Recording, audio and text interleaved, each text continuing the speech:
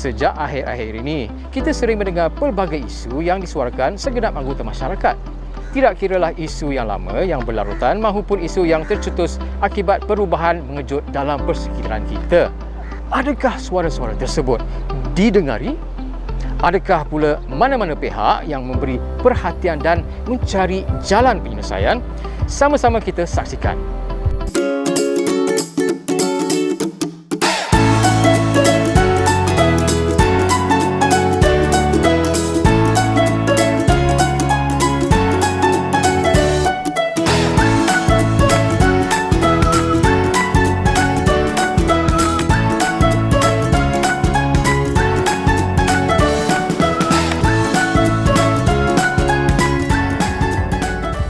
Assalamualaikum dan salam sejahtera. Saya Otto Othman, pengacara anda. Sebagaimana yang anda sedia maklum, Majalah Didik merupakan sebuah program usaha sama antara Kementerian Pendidikan Malaysia, Impact Hub Kuala Lumpur dan Media Prima. Sedar tak sedar, sudah genap 26 episod kita bersiaran sejak Majalah Didik mula dilancarkan dan menerusi episod Road from Rome, iaitu Kembara dari Rom.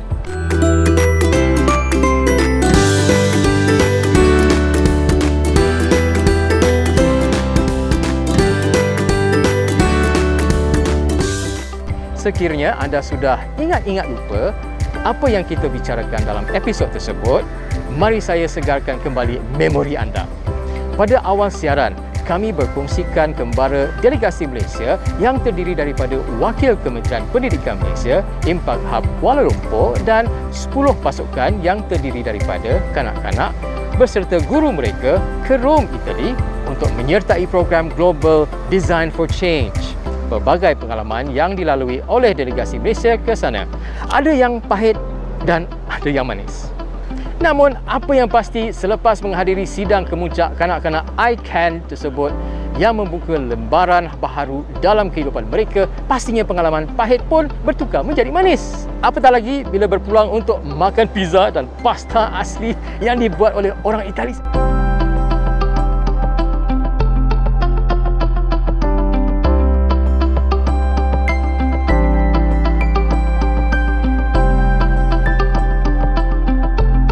Mamma mia, buono, delizioso, oh, gustoso. Apa yang saya merepek ni? Mari kita saksikan sendiri coretan daripada episod Kembara dari Rom. How about an icon from Malaysia?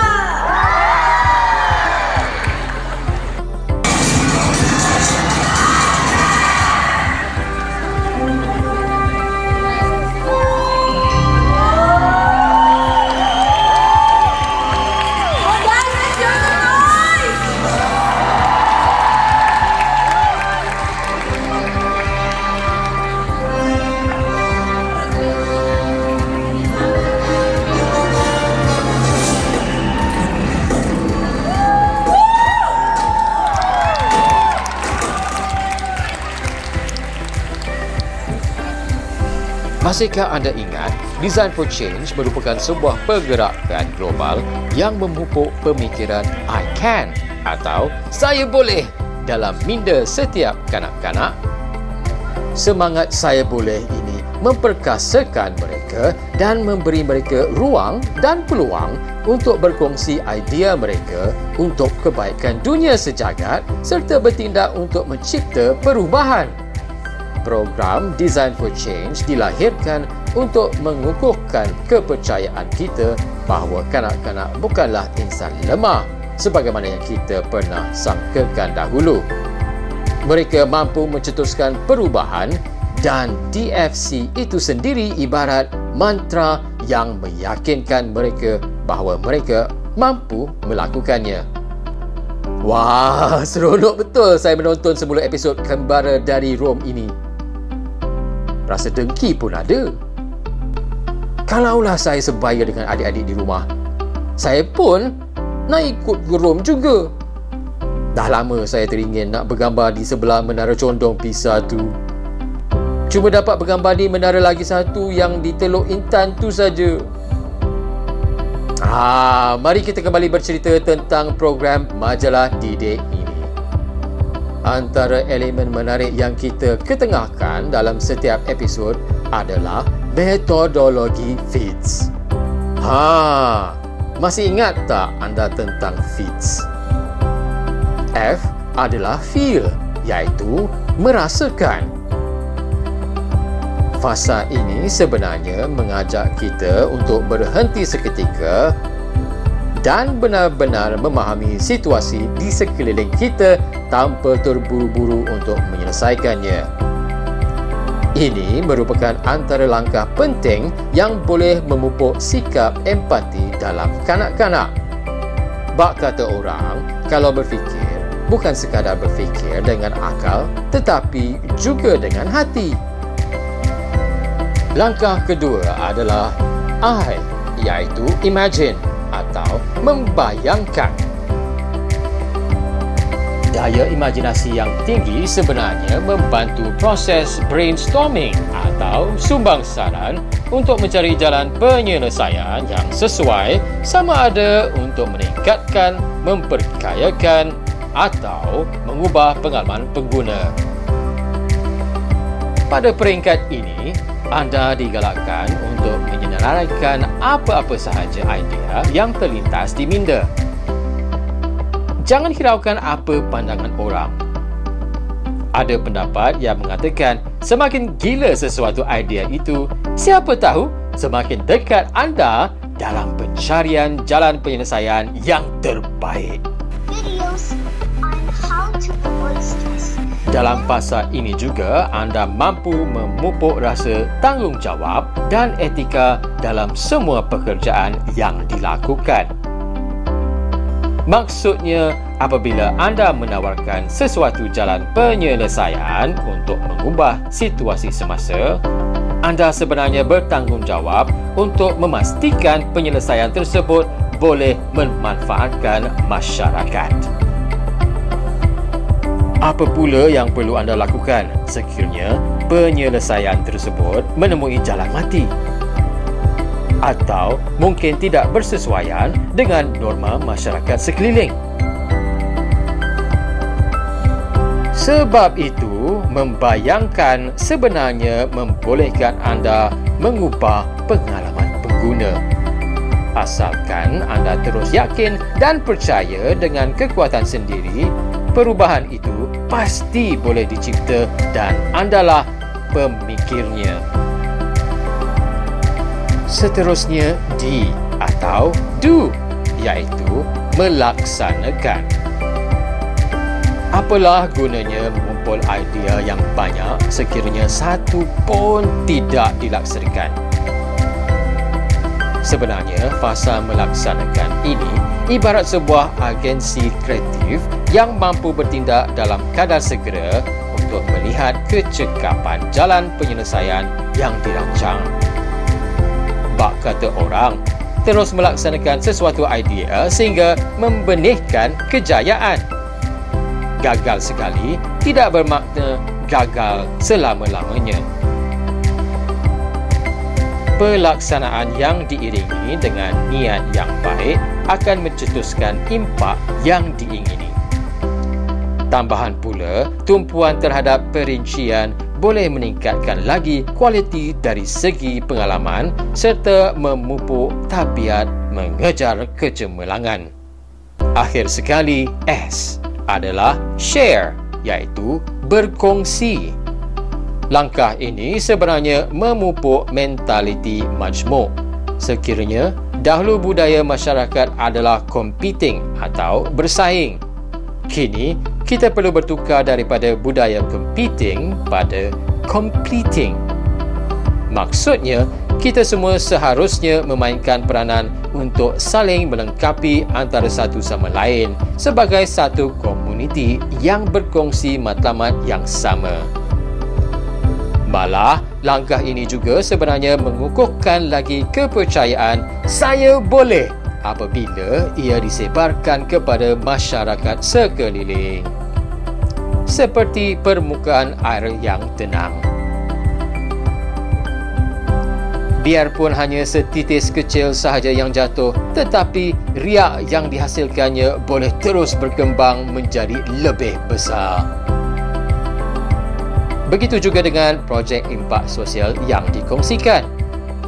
Siapa tahu, ia boleh memberi harapan dan menjadi inspirasi kepada orang lain untuk turut mencetuskan perubahan. This methodology stands for feel, imagine, do and share. And personally, my favorite step would be the share step. This is because our link spread like wildfire. Antara langkah fit yang paling saya sukai ialah feel. Saya paling suka step do. Step yang paling saya suka ialah imagine. I enjoy imagining steps the most as I can put forward my own opinion at this stage. I enjoy feel the most. Antara langkah fit yang saya paling suka ialah imagine. Jadilah perubahan yang anda ingin lihat di dunia ini. Dan saya sangat bersetuju. Jika seseorang mencetuskan impak yang positif, ia akan dilihat dan diikuti oleh orang lain. Lama-kelamaan, perubahan yang positif akan berlaku.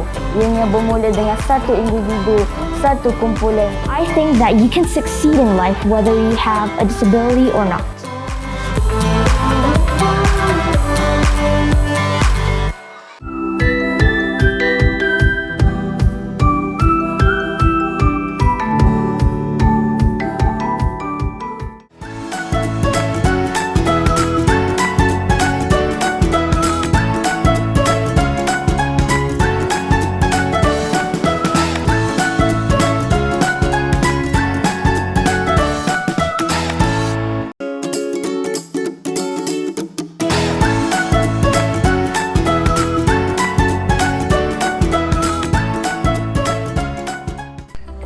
Setiap projek impak sosial yang dilaksanakan oleh murid-murid menerusi program Design for Change sebenarnya perlu memenuhi sasaran matlamat pembangunan mampan.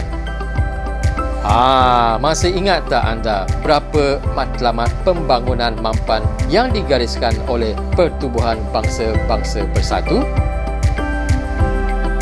Sebenarnya, terdapat 17 matlamat pembangunan mampan semuanya. Matlamat ini kemudiannya dipecahkan kepada 169 sasaran yang lebih kecil dan spesifik. Sepanjang program majalah didik bersiaran, kita telah melihat pelbagai projek impak sosial yang dilaksanakan dalam usaha untuk mencapai matlamat pembangunan mampan atau Sustainable Development Goals (SDG). Antara topik yang banyak dibincangkan termasuklah Sustainable Development Goals 1, No Poverty, iaitu membasmi kemiskinan. Sustainable Development Goals SDG 2, Zero Hunger, iaitu membasmi kelaparan. Sustainable Development Goals SDG 3, Good Health and Well-being, iaitu kesihatan dan kesejahteraan yang baik. Sustainable Development Goals 4, Quality Education, iaitu pendidikan berkualiti. Sustainable Development Goals 6, Clean Water and Sanitization, iaitu air bersih dan sanitasi. Sustainable Development Goals SDG 10, Reduced Inequalities, iaitu mengurangkan jurang ketidaksamarataan. Sustainable Development Goals 13, Climate Action, iaitu mesra iklim. Mari kita lihat SDG 1, iaitu membasmi kemiskinan. Menurut hasil tinjauan Pertubuhan Bangsa-Bangsa Bersatu PBB, pandemik COVID-19 sebenarnya telah banyak mengubah struktur masyarakat global dari segi sosioekonomi. Malah, mereka menganggarkan kira-kira penambahan 119 juta hingga 124 juta orang kini turut tergolong dalam kategori miskin tegar pada tahun 2020. Tambah PBB lagi, menjelang tahun 2030, kadar kemiskinan global diangkar mencecah kira-kira 7%. Mari kita lihat projek-projek impak sosial yang dilihat mampu membantu menyelesaikan masalah kemiskinan ini.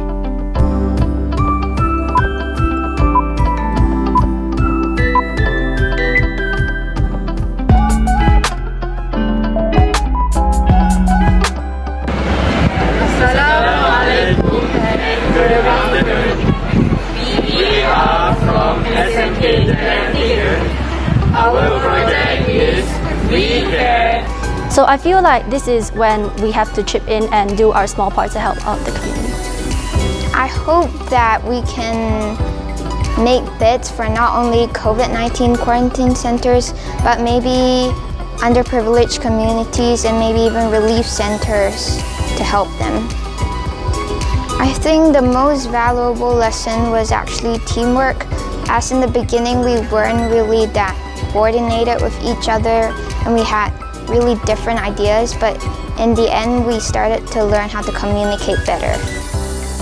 Sasaran SDG seterusnya ialah SDG 2, membasmi kelaparan, iaitu dengan menawarkan makanan yang berkhasiat secukupnya serta menggalakkan sistem pertanian yang lebih mampan. Data yang direkodkan oleh PBB mendedahkan sejak pandemik COVID-19 melanda, terdapat antara 70 hingga 161 juta orang berdepan dengan isu kelaparan pada tahun 2020. Lebih menyedihkan lagi, sebenarnya jumlah ini merupakan penambahan kepada golongan lapar yang sedia ada. Bukan sahaja isu kelaparan, tetapi juga kekurangan zat dalam makanan. Contohnya, hampir 150 juta kanak-kanak bawah 5 tahun yang tidak mendapat zat secukupnya hingga boleh membantutkan pertumbuhan mereka. Kira-kira 45 juta pula terkesan akibat pembaziran makanan. Manakala kira-kira 39 juta lagi sudah memasuki kategori terlebih berat badan yang ideal. Itu belum kita pertimbangkan data di Malaysia lagi. Dijangkakan lebih 9 juta rakyat Malaysia yang mengalami kelaparan atau kekurangan zat daripada pemakanan. Ini termasuk kira-kira 4 juta kanak-kanak. Mari kita saksikan beberapa projek impak sosial yang mampu membantu masyarakat mengatasi isu ini. Seperti yang kita tahu, isu pembaziran makanan bukanlah suatu isu yang asing lagi dalam kalangan masyarakat. Dan sebagai pelajar sekolah berasrama penuh, kami dapat menyaksikan senario pembaziran makanan ini sudah sebati dalam kalangan pelajar. Pada pendapat kami, bazar kompos yang terbaik mempunyai ciri-ciri tersebut. Pertama, mesra alam. Kedua, mudah disediakan. Dan yang ketiga, dan yang paling penting, menggunakan sisa bahan makanan pelajar. It's important for them to know about our solution simply because first, for them to acknowledge the importance of not wasting their food. Second, for them to know ways for them not to simply throw their food waste, but instead they can use it to produce something more useful. Hasilkan food safe tank, mereka ambil makanan yang dibuang tadi, hasilkan kompos, and then kompos tadi digunakan untuk menanam sayur-sayuran. Dan sayur-sayuran tadi disedekahkan lah, diberikan kepada pekerja-pekerja sekolah, kepada pelajar-pelajar yang memerlukan, bagi bertujuan untuk mendidik individu tersebut dan juga komuniti sebenarnya untuk makan makanan berkhasiat pula. Seterusnya, mari kita bercerita tentang SDG 3, iaitu kesihatan dan kesejahteraan yang baik.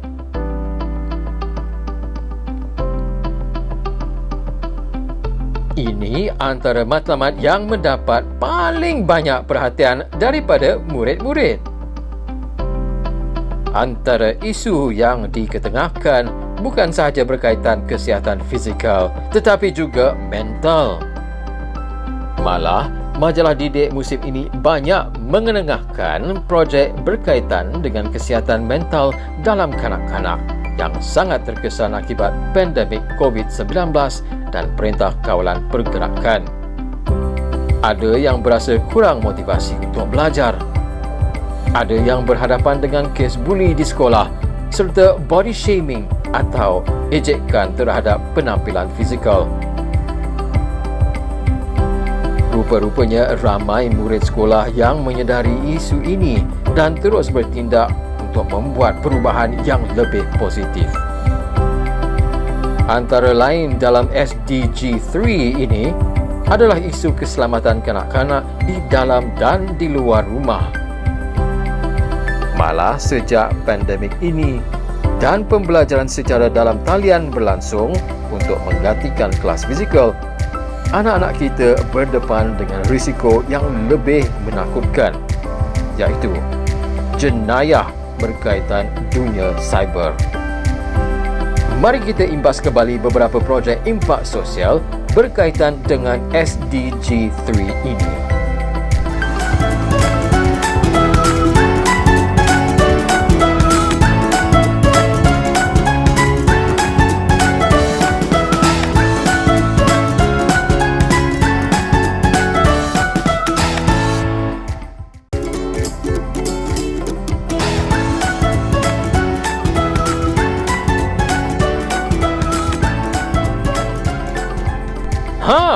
Nama pun rancangan berbentuk pendidikan untuk kanak-kanak. Pelik juga sekiranya kita tidak menyentuh tentang SDG 4, iaitu pendidikan berkualiti. Antara isu yang diketengahkan oleh PBB dengan skop pendidikan berkualiti ini adalah suasana pembelajaran yang inklusif dan adil bagi semua orang, termasuklah peluang untuk mendapatkan pendidikan sepanjang hayat. Tahukah anda, dalam kemelut kita berperang dengan pandemik COVID-19, sebenarnya ramai kanak-kanak yang terkesan kerana tidak mempunyai akses pendidikan yang sempurna. Contohnya, Persatuan Bangsa-Bangsa Bersatu menganggarkan lebih 100 juta kanak-kanak yang didapati berdepan dengan isu buta huruf serta kelancaran membaca. Malah, kemajuan dari aspek prestasi akademik juga terbantut apabila peratusan jumlah murid-murid yang tamat pendidikan menengah dilihat tidak banyak berubah berbanding 10 tahun yang lalu. Malah dalam satu laporan yang diterbitkan oleh Tabung Kanak-kanak Pertubuhan Bangsa-Bangsa Bersatu UNICEF, hanya 8 daripada 10 kanak-kanak yang menjalani proses pembelajaran secara dalam talian. Apa lagi yang kita tunggu? Mari kita lihat idea-idea menarik adiwira cilik kita dalam usaha untuk memantapkan penyampaian pendidikan berkualiti. SDG 6 pula merangkum topik berkaitan kemudahan air bersih dan sanitasi. Sebenarnya elemen ini juga berkaitan dengan beberapa elemen SDG. Yang lain termasuklah pendidikan berkualiti dan membasmi kelaparan.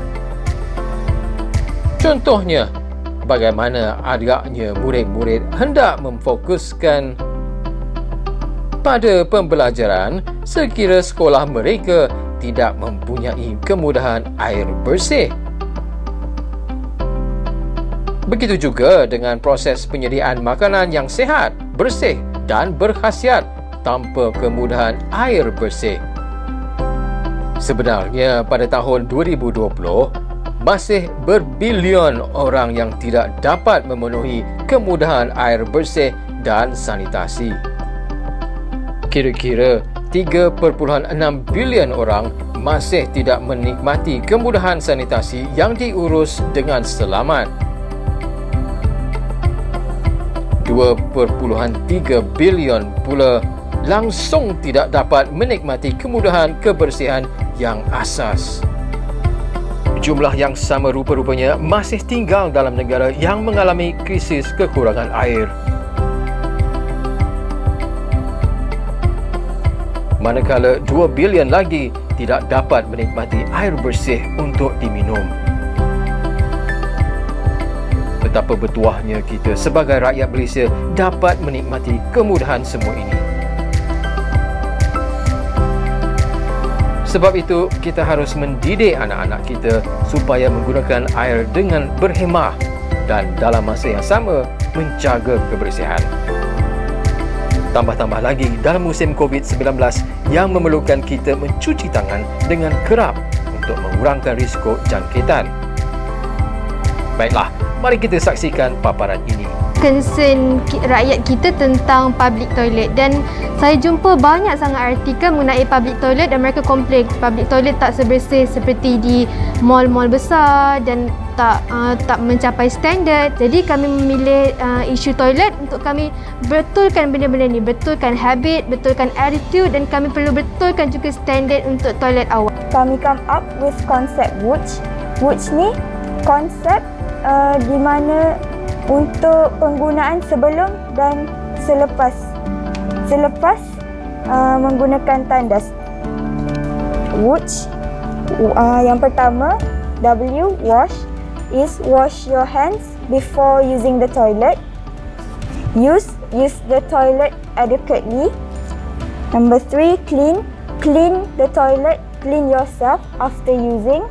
Number 4, toilet is clean the toilet after you use. And number 5 is hygiene. Hygiene is washing your hands after using the toilet. Daripada pengamatan saya, hasil daripada projek ini yang telah dibimbing oleh Dr. Salbiah Muhammad Saleh bersama 5 orang murid kami dapati projek ini amat memberi impak yang besar kepada sekolah, begitu juga dengan komuniti dan juga PIBG dan alumni SMS Pasir Putih. Kerana projek ini kita dapat lihat di sini betapa committed anak-anak kita melaksanakan projek berkenaan yang sekaligus telah memberi impak yang besar dalam pengurusan tandas. Jadi hari ini kita dapati tandas sekolah merupakan satu tempat yang bukan lagi menjadi tabu kepada warga sekolah, tetapi menjadi satu tempat yang kondusif untuk digunakan oleh warga sekolah.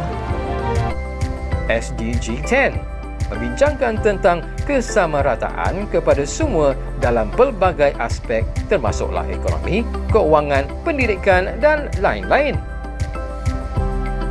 Malah sejak dunia dilanda pandemik COVID-19, banyak kemajuan yang telah dicapai dalam aspek kesamarataan sosioekonomi dilihat bukan sahaja terbantut, malah semakin merosot apabila banyak sektor ekonomi terpaksa ditutup dan ramai juga yang kehilangan pekerjaan.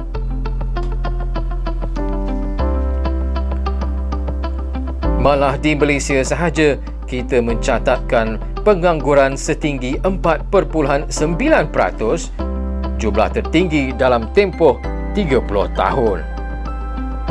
Maksudnya, dalam 10 isi rumah, 4 daripadanya mempunyai ahli keluarga yang menganggur. Aspek kemanusiaan juga tidak seharusnya dipandang sepi. Apa tidaknya, bilangan pelajar juga telah meningkat 2 kali ganda sejak tahun 2010. Dari satu perspektif lain juga, semakin banyak golongan inklusif yang dikenal pasti dan perlu diberi pembelaan sewajarnya. Akhir sekali, mari kita bercerita tentang SDG 13, iaitu mesra iklim yang banyak menekankan tentang tindakan segera dalam memerangi perubahan iklim dan kebarangkalian impaknya. Pandemik atau tidak, isu perubahan iklim ini memang sudah lama dibincangkan. Pelbagai usaha yang telah dijalankan untuk memperlahankan kesan rumah hijau yang semakin lama meningkatkan suhu global. Ada yang berjaya, ada yang terhenti separuh jalan. Tetapi, sejauh manakah kita perlu memainkan peranan dalam mencetus perubahan positif ini? Mungkin jawapannya boleh kita saksikan dalam projek impak sosial ini. What will happen if these plants and trees die? These plants and trees provide oxygen to human beings. Therefore, if all of them die, the oxygen amount will be dropping as well. Kami memilih untuk menjalankan projek ini kerana kami ingin membantu meringankan kerja pekebun-pekebun di sekolah ini. Cikgu tengah mengajar tu, cikgu selalu sebutkan tentang isu environmental problem lah. Isu-isu tentang berkaitan dengan alam sekitar. I'm very shocked and alarmed at how much waste is being produced by Malaysians every day. Annually, 2.12 billion tons of waste is being produced by Malaysians, and yet only 5% of that is recycled. As a waste management system implemented, it's not exactly efficient, as we still see garbage bins overflowing with trash, and we see a lot of people littering across the sidewalks. For recycling and list, because we created a checklist to help segregate waste. We decided to name it the Green List because we envisioned a cleaner and greener future through the mechanism of our project. Solid waste streams have consist of lots of cardboard waste as well, and we really don't want that to come into our streams. We want our streams to be clean. Right now, actually, there's quite a lot of pollution that's going on in our planet, and with the current situation of COVID-19, we felt that as a team and me, we felt that we had to pitch in to help as much as we possibly could. Luckily, we had many cardboard collection points such as hotels, apartments and stores. We reached out to all of these places and we decided to put our special bins with stickers on them to show that these are our cardboard collection bins and these aren't just normal recycling bins. Pernahkah anda mendengar tentang konsep Happy Schools? Happy Schools merupakan satu rangka kerja yang diilhamkan untuk meningkatkan kualiti pendidikan dan modal insan. Antara elemen penting yang termaktub dalam Happy Schools adalah people, place and process, atau insan, tempat dan proses. Mari kita cuba lihat apa yang dimaksudkan dengan people atau insan. Rangka kerja ini menghubungkan pihak sekolah dengan komuniti untuk memastikan suasana pembelajaran menjadi lebih kondusif dan menggembirakan. Antara penekanan dalam aspek belajar untuk mengetahui, amali, hidup harmoni bersama dan mencapai sesuatu. Sebab itu penting untuk memupuk perhubungan yang baik serta rasa saling hormat-menghormati selain usaha sama yang kukuh antara satu sama lain. Mari kita lihat contohnya. Daripada teknik Fitch yang saya pelajari, setiap idea adalah berharga dan ianya perlu dikaji atau ditapis secara terperinci. Walaupun ianya nampak macam remeh ataupun mustahil, saya aplikasikan konsep Fitch ini ketika membimbing murid saya menguruskan projek ini. Maka terhasillah projek inovasi sosial yang menggunakan Arduino ini.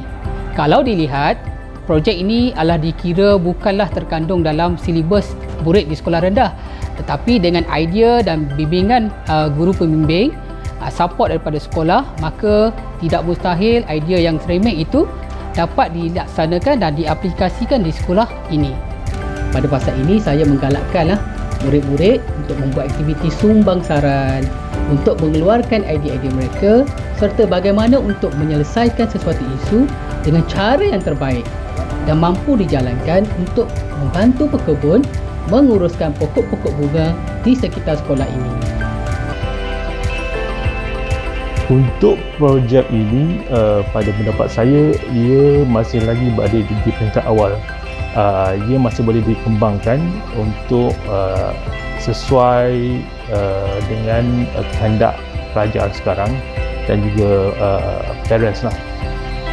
Dan saya jangkakan projek ini sepatutnya diberi peluang untuk dikembangkan ke peringkat luar dari sekolah, sehingga satu Malaysia lah saya rasa. Semoga dengan inisiatif ini kita dapat membantu pelajar-pelajar dan juga keluarga-keluarga di seluruh sana yang memerlukan untuk kita bersama-sama meneruskan kehidupan kita dengan lebih positif. Proses pula merujuk pada sistem penyampaian dalam sekolah, termasuklah pendekatan menarik untuk mendorong pembelajaran, peluang untuk memupuk kreativiti, pembahagiaan tugasan yang wajar dan aktiviti sekolah yang menarik serta bermanfaat. Di sini kita boleh melihat sekolah yang mengamalkan proses yang baik dapat memupuk sikap bekerja dalam pasukan, hubungan yang lebih baik antara guru dan murid serta kesejahteraan dalam kesihatan mental. Mari kita imbas sejenak.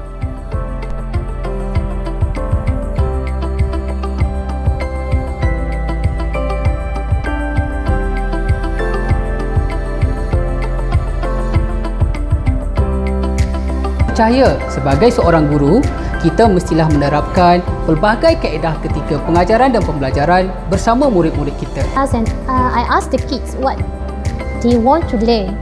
For example, they want to do singing. Okay, why don't we just singing? And then why don't you do lyrics for these songs? And then they have created their own lyrics, then make their own song. And besides that, they also do some dance, and then they collaborate with their friends and make their own dance too.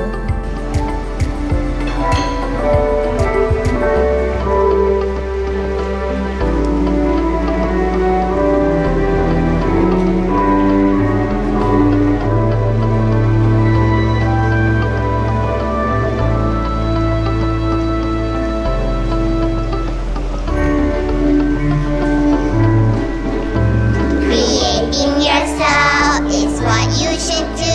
Have faith in your dreams and they will come true. Cause you can do it if you don't give up. The choices you make should come from your heart. If you feel, then you'll dream. Cause there's nothing you cannot do.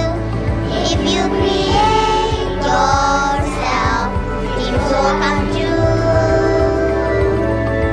Place ataupun tempat merujuk pada persekitaran yang sihat dan selamat untuk murid-murid. Contohnya, sebuah sekolah yang cemerlang dengan kanak-kanak gemilang pasti menjadi lebih gembira tanpa kejadian seperti buli dan ejekan. Selain itu, sekolah yang memberi kebebasan untuk murid-murid belajar, berkarya dan bermain dengan selamat di samping memupuk sifat kepimpinan dan disiplin yang positif.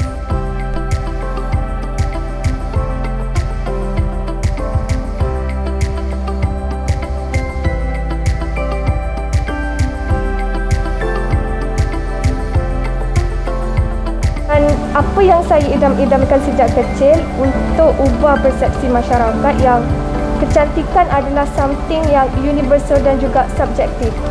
Sistem nilai murni melintas kurikulum, maksudnya dalam setiap subjek yang diajar di dalam kelas, pelajar akan didedahkan dengan it's not good to treat people differently. Okay?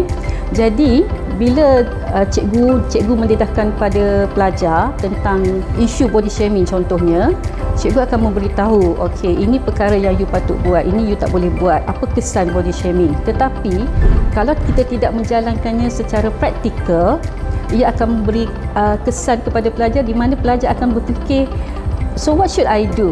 Okay, you said that it's not good to treat people differently, it's not good to body shame people, but what should I do? How do I apply in the real life situation, right?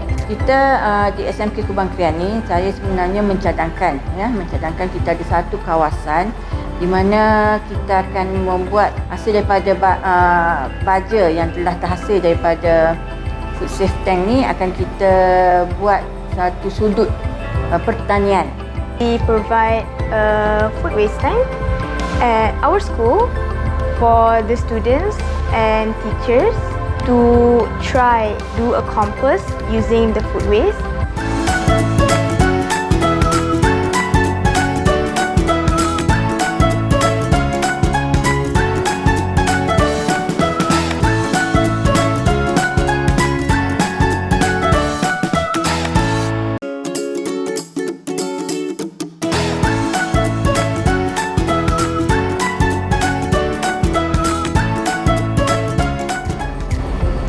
We at Design for Change Malaysia are so excited about the next 5 years of our journey, and we really hope that you will be part of it.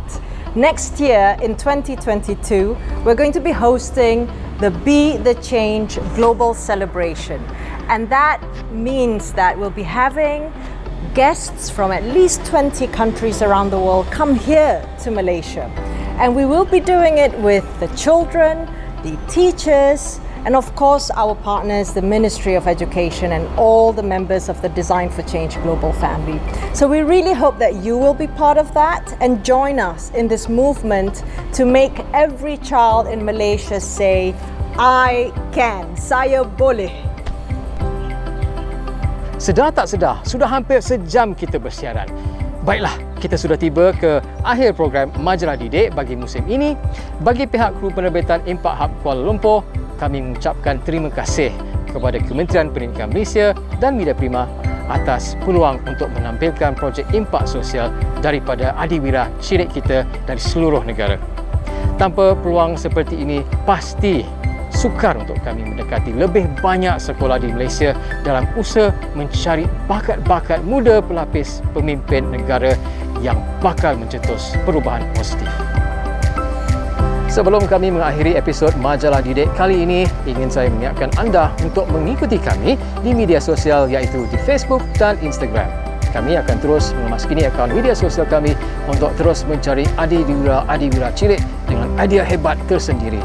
Tinggalkan komen dan cadangan anda. Sekiranya anda mempunyai idea-idea menarik untuk Design for Change, jangan lupa untuk mengaplikasikan metodologi FITS dalam projek impak sosial anda. Siapa tahu kita akan bertemu semula tidak lama lagi. Sekian sahaja siaran kami buat hari ini. Saya Otto Othman. Checking out. Assalamualaikum dan salam sejahtera.